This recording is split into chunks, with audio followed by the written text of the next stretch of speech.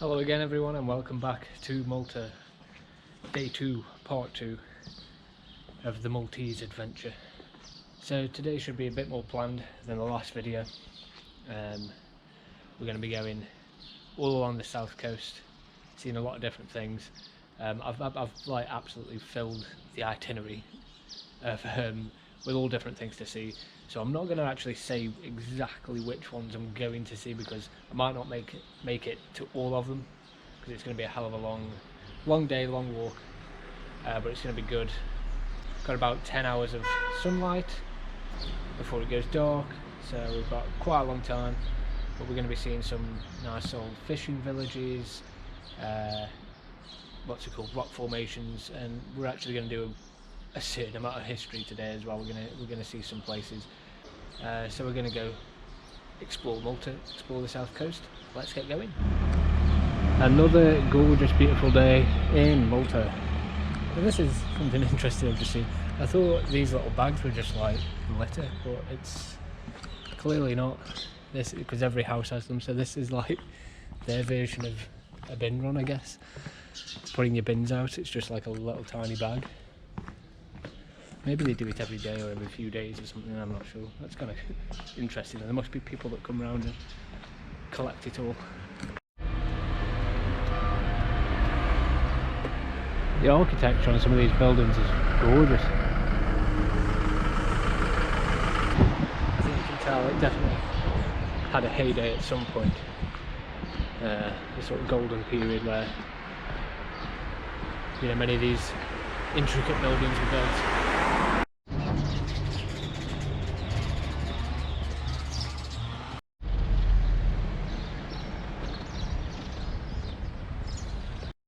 Look at that for a bike. It's pretty cool. Bloody Hell's Angels, isn't it? So, the place where I'm staying, this village that you can see behind me, is, I'm going to pronounce all these names wrong just so everyone knows. Pronounced good, well, I don't know if it's pronounced this way. It's called Għaxaq. I'll probably write it up because these are going to all be wrong. Għaxaq, something like that. Look at all these, this little farm area. Beautiful on a day like today. But it's been inhabited since like prehistoric times. You know, Punic remains have been found here, and that's basically like the Carthaginians, all that sort of stuff. So they were around when the Romans were around.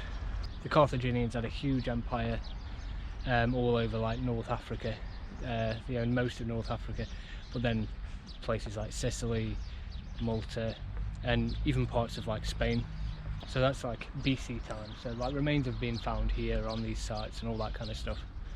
And even here, because it's only like a 5-minute walk from the airport, there's some Roman catacombs that are here as well. Unfortunately you can't go in them because they're basically underneath the roundabout where the airport is.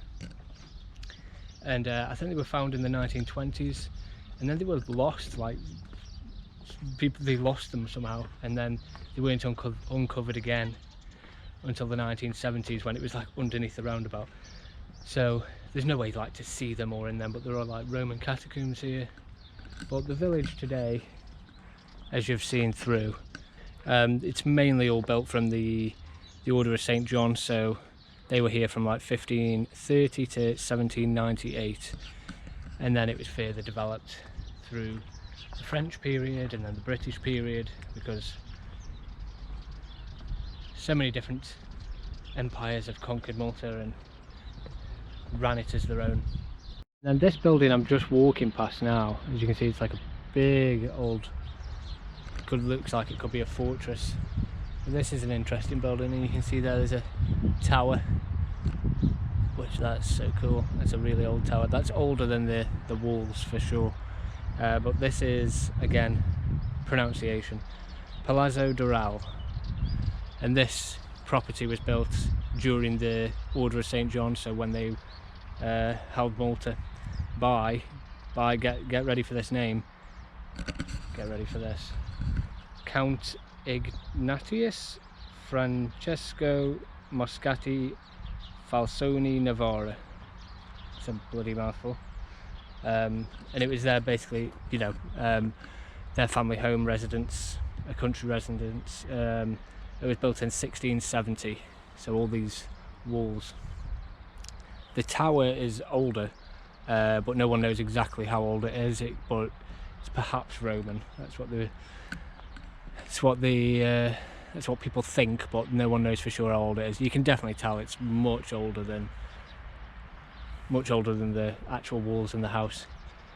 But this was obviously a knight of the Order of St. John who was very well respected and obviously high up, very important guy clearly, because it's a bloody big house.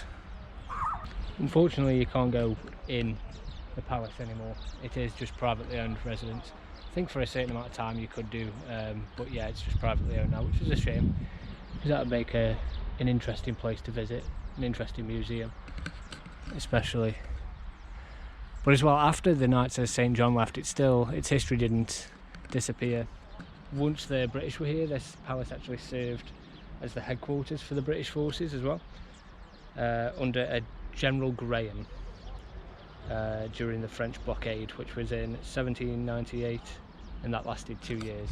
So this was their headquarters, and then it was also the last building that the British used before they left and gave Malta their independence in 1979, and this was the last building that they were allowed to use.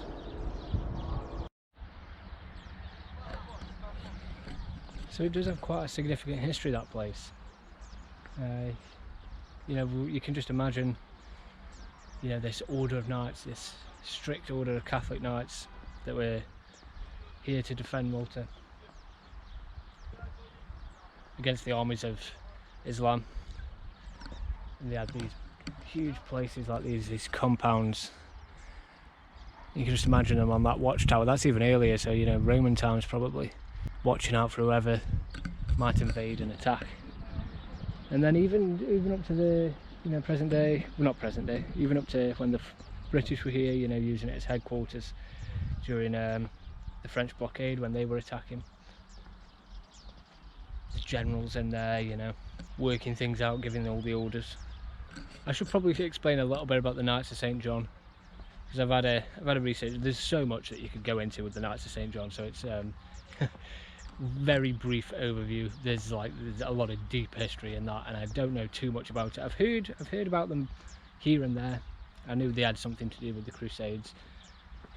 But yeah, we're not going to go deep diving into the Knights of St. John, but it's probably a good idea just to give an idea of who they were, because they are so important in Malta's history. I've got to be careful when I'm walking as well, because there's just like dog shit everywhere. Either they don't care in Malta, they don't give a shit, literally don't give a shit. So yes, who were the Knights of St. John? So basically the easiest way to describe them as a medieval Catholic military order. And they were obviously, as I've said, involved in the Crusades and the conquest of Jerusalem. They were charged with the care of the Holy Land back then. You know, we're talking like 1300s and stuff here. And they're also known for building hospitals. They were big fans of hospitals, built a lot of them. But after all the Crusades and all that stuff, so we're talking around about 1530, after 7 years of displacement from Rhodes, they were based there. They've been based in many places, and they gradually lost all the land that they had, especially in Jerusalem. So after they were displaced from Rhodes, Pope Clement VII, who was himself a knight, reached an agreement with Charles V, the Holy Roman Emperor and King of Spain, to provide permanent headquarters, a permanent base for the Knights of St. John, and that was Malta. That was chosen as Malta. And the Knights were to stay in Malta for the next 268 years. It was their base of operations, transforming what they called merely a rock and soft sandstone into a flourishing island with big defences, you know, cities like Valletta, all that sort of stuff. They really developed Malta into a significant place. However, it wasn't always plain sailing for the Knights of Malta. They, with the indigenous people, they weren't always the best pleased that they were there. The way the knights treated the women, supposedly. You know, there were clashes with the indigenous people of Malta, but overall there was nothing too extreme or crazy in terms of treatment. The knights brought a lot of trade and again, like hospitals and things here, so overall it was left, and I wouldn't say welcomed, but they lived and cohabited fairly peacefully. Get a good sense here of how big this palace was. A mighty place. But yeah, as I was saying, these knights they lived with the actual locals fairly peacefully because of, you know, the boom in the economy that they brought, and also the protection that the protection over the Muslim attacks and attacks from the Barbary pirates, which were rife around this island back in those days, between the 1500s to the 1800s. Even when the British were around, the Barbary pirates were a real threat here. So who were the Barbary pirates as well? That's a question, because they're not really known about in general terms, in general history, but they were obviously pirates from North Africa. Mainly they was backed by the Ottoman Empire, but they were independent. They were sort of their own racket, and the main ones were from Algeria, Tripoli and Tunisia. Those were like the three big bases where the Barbary pirates ruled. They ruined their own place, their own areas, their own cities, but they were financially backed by the Ottoman Empire, and they would attack all Christian shipping through the Mediterranean. Just spotted this on one of the houses, a hole in it. I wonder if this was for like tying up horses, possibly. The Barbary pirates, as I've said, not often talk about, especially with the slavery, because they dealt heavily in slaves. They used to go on slave raids all along the coast, along the Maltese coast especially, but all across the Mediterranean, now Italy, France, Sicily, even up to places like the Netherlands, Britain, Ireland. In those days it was a very real prospect to be taken as a slave, even if you were in Britain. I know there are particularly quite a few raids around Ireland where, you know, whole towns were sort of swooped up by the Barbary pirates in one go and taken into slavery to be, I can't remember what they called them because I have read a book on it. Galley slaves they were called, that was it. And you'd basically, the galley slave is the ones under the ship, because their ships, a lot of them were oar powered, rowing, and you'd be chained together, and that's how your life would be. You would just be rowing and rowing, extremely hard obviously, just for, you know, near enough probably 20 hours a day or something. And that's always the thing about slavery, which, you know, people talk about slavery, instantly the thought of is the transatlantic slave trade, you know, with Britain and places in Spain, Portugal, shipping African slaves over to America. But what people in the sort of mainstream, the general consciousness, forget to remember is that basically every country, every race of people has been enslaved. And it's not like the Barbary pirates were an insignificant amount of slaves. It wasn't like a few thousand, you know, over the course of their period. It's up to, again, numbers are hard to come by, but it's thought around about 1.25 million. So it's not an insignificant number, and that's often why in the song, the Rule Britannia song, there's obviously the lyric where it says Britain will never shall be slaves. And that isn't just in there for no reason. That's obviously because it was a real prospect. You know, you genuinely could be taken as a slave back in those days. I've just seen possibly the best pick up your dog crap sign ever. Dog poop ain't sexy, but picking it up can be. I don't think anyone's listening to it. It's just everywhere. To put things into perspective there with the slave trade, obviously around about 1.25 million, so, and I found, you know, a huge amount of Christian slaves taken by these pirates and sold in the slave markets where I mentioned in Algeria, Tripoli, Tunis. So it's a huge number, but you know, when people think about the transatlantic slave trade, it probably is because, again, the sheer numbers there, it's, you know, again, estimates, and it's hard to come by actual numbers, but it's thought around about 12 million African slaves. So in comparison to the transatlantic slave trade, the Barbary Coast, the Barbary pirates, all that was small. But when you're dealing in millions, it's never small. And there are some great books about the Barbary Coast and the slave trade there, which are completely worth reading, because it gives you a great sense of just general history as well. You know, it's one of them things that sort of flips it upside down, and you suddenly realise that slavery isn't just a British thing or whatever. You know, we were actually instrumental in stopping it and enforcing that around the world. You know, thousands of British sailors died enforcing the laws, enforcing slavery to end. So it's a universal evil. It is not one that it should be attributed to any single country, any single race of people. It's happened to everyone, and it's been done by everyone. But whilst all this was happening, these oh well, you can see the docks down there, just about.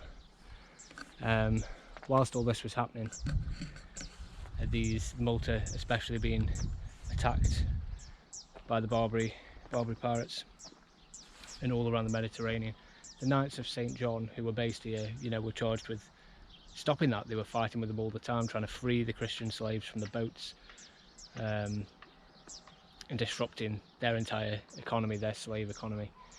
That all happened from this island.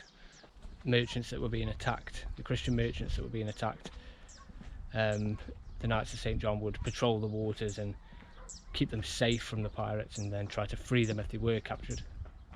An interesting thing about the Barbary Corsairs, the Barbary pirates though, just to remember off the top of my head from the book I read, was that if you were taken as a slave by the Barbary pirates, it was obviously a terrible life and everything, a galley slave, anything. Galley slaves were perhaps the worst, but if you were taken back to one of the cities and you were a slave there, there was actually opportunity for you to free yourself and actually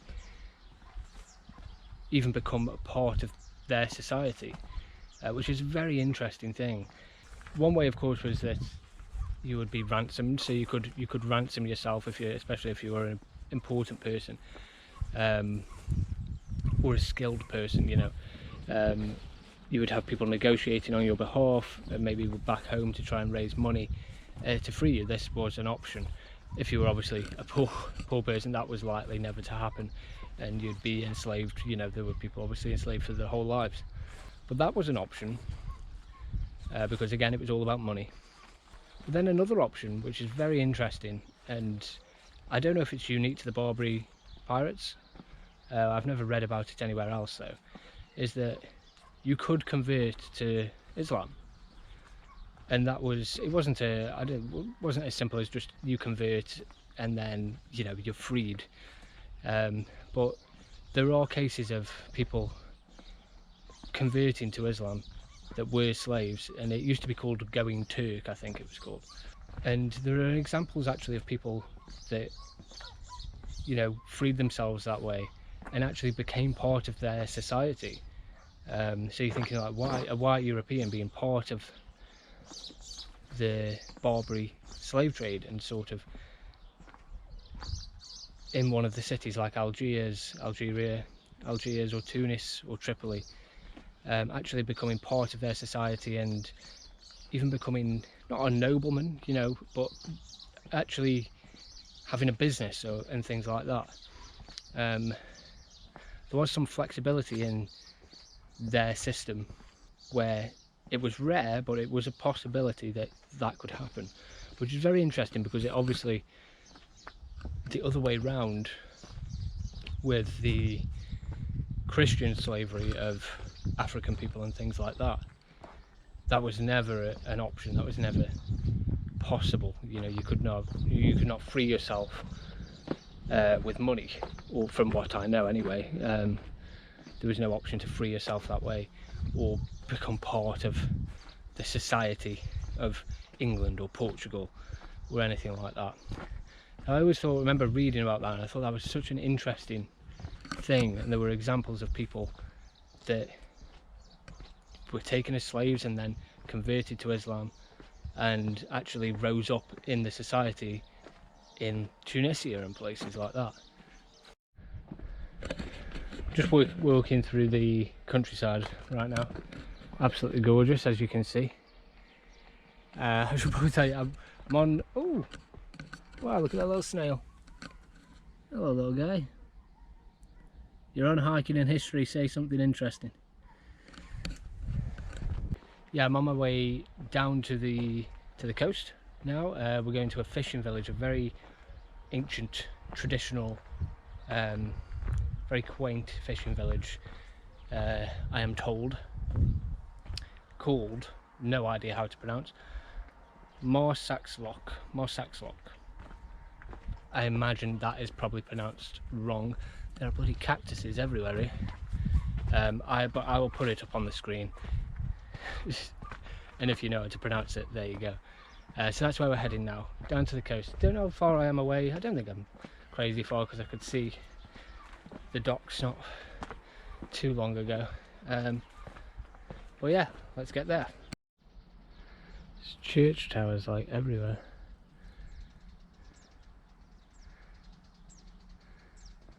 Lovely view. So the fishing village is just down there. I'm not too far away from it now.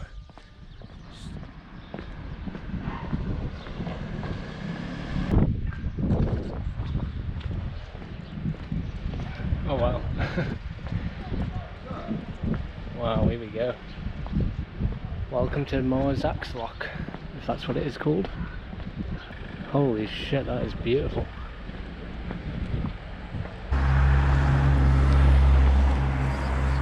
This is a gorgeous place, and this is one of the traditional fishing boats in the area, the Luzu, I think, or Luzu. There's so many of them around here. They're all just gorgeous things, and I know that these are like eyes on each side. They're supposed to ward away evil spirits, that's why they're painted on there. Sort of a symbol, one of the symbols of Malta, these traditional fishing boats. And as you can see in the harbour here, there's bloody tons of them.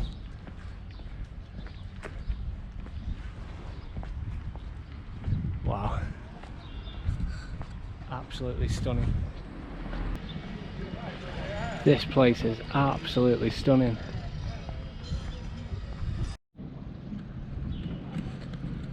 So not much is known about the area during the Middle Ages. But this area was frequently under attack from the Barbary Corsairs and the Ottomans, this whole bay. The Ottoman Navy actually anchored here during the Great Siege, which was in 1565, before they completed their attack on Fort St. Elmo. And then over the successive centuries, the harbour was fortified with various towers and forts and buildings all along this area. And the French invasion as well, and that was 1798, so Napoleon and his invasion entered here then as well.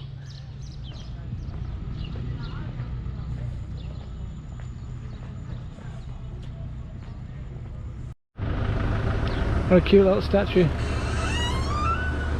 of a boy helping his dad fishing.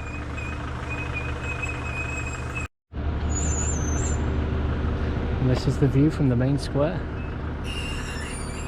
Beautiful little church there.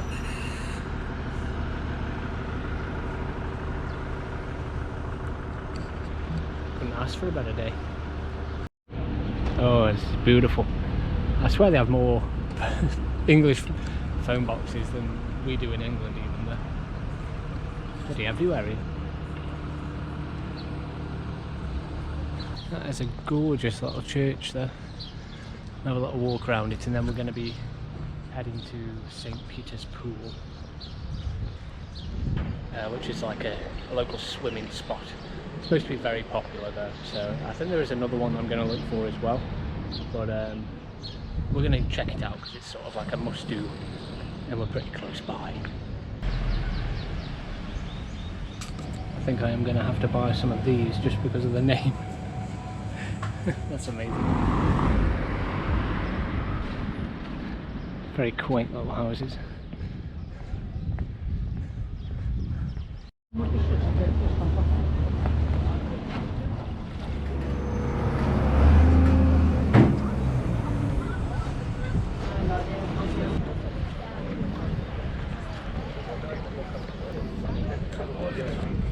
So we're going to be waving goodbye to Marsaxlokk.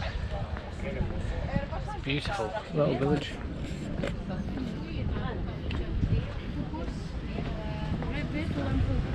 The market's out now, it's a lot more lively. It's all up here.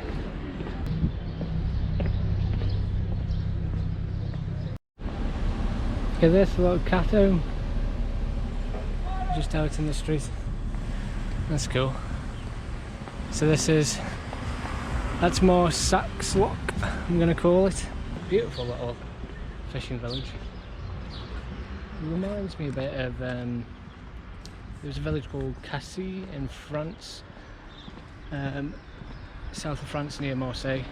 Reminded me a bit of that. But it didn't have those, that didn't have the traditional like fishing boats. I like that, I like that. Very colourful. So now we're just on our way to finding St. Peter's Pool. Hello everyone, it's Oliver here back in England. Basically filming an outro because the original plan for all the videos from Malta there was just going to be 3 videos, like one each day. So like day 1, day 2, day 3. And when I was coming back I actually thought it's actually going to be a lot better if they're sort of just split up into different sort of sections. So there's actually going to be a lot more videos. It'll make it easier for them to edit, and there'll be more videos which is probably a bit better, a bit more specific, like specific videos for. So this one is obviously for the fishing village of Marsaxlokk, rather than day 2, which would have probably been like a 2-hour video or over 2 hours or something ridiculous like that. So there's going to be like Marsaxlokk video, there's going to be St. Peter's Pool video, etc, etc. But I didn't know that at the time, so I filmed the videos as if they were just going to be 3, so there's only one outro at the very end of day 2. So this is me filming an outro saying, I hope you enjoyed the video of Marsaxlokk. Absolutely gorgeous place. Definitely check it out if you ever go to Malta. It is gorgeous. It'd be a lovely place to stay as well. I would recommend perhaps if you could find a hotel or whatever staying there. It would be gorgeous. I don't know if it's more expensive. It might be a bit pricey around there. I'm not sure. Wonderful place to visit. Yeah, hope you enjoyed the video. Like and subscribe, all the usual stuff. And St. Peter's Pool will be the next one, so I'll see you in that one. Bye.